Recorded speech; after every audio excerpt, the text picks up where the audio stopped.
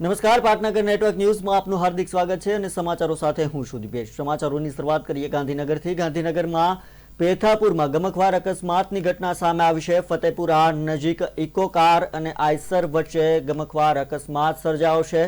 અકસ્માતમાં ઇકો કારને ભારે નુકસાન થયું છે તો કારમાં સવાર ઇજાગ્રસ્તોને સારવાર માટે હોસ્પિટલ ખસેડવામાં આવ્યા છે। તો ભાજપના સક્રિય કાર્યકર્તા ધર્મેન્દ્રસિંહ વાઘેલાએ મદદ કરી।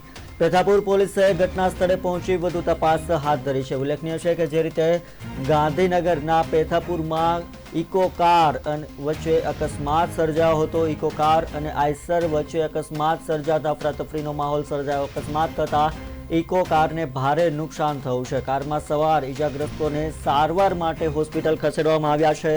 તો ઘટના સ્થળે ભાજપના સક્રિય કાર્યકર્તા ધર્મેન્દ્રસિંહ વાઘેલા પહોંચ્યા હતા અને ઇજાગ્રસ્તોને હોસ્પિટલ પહોંચાડવા માટે મદદ કરી હતી। પેથાપુર પોલીસે ઘટના સ્થળે પહોંચી વધુ તપાસ હાથ ધરી છે।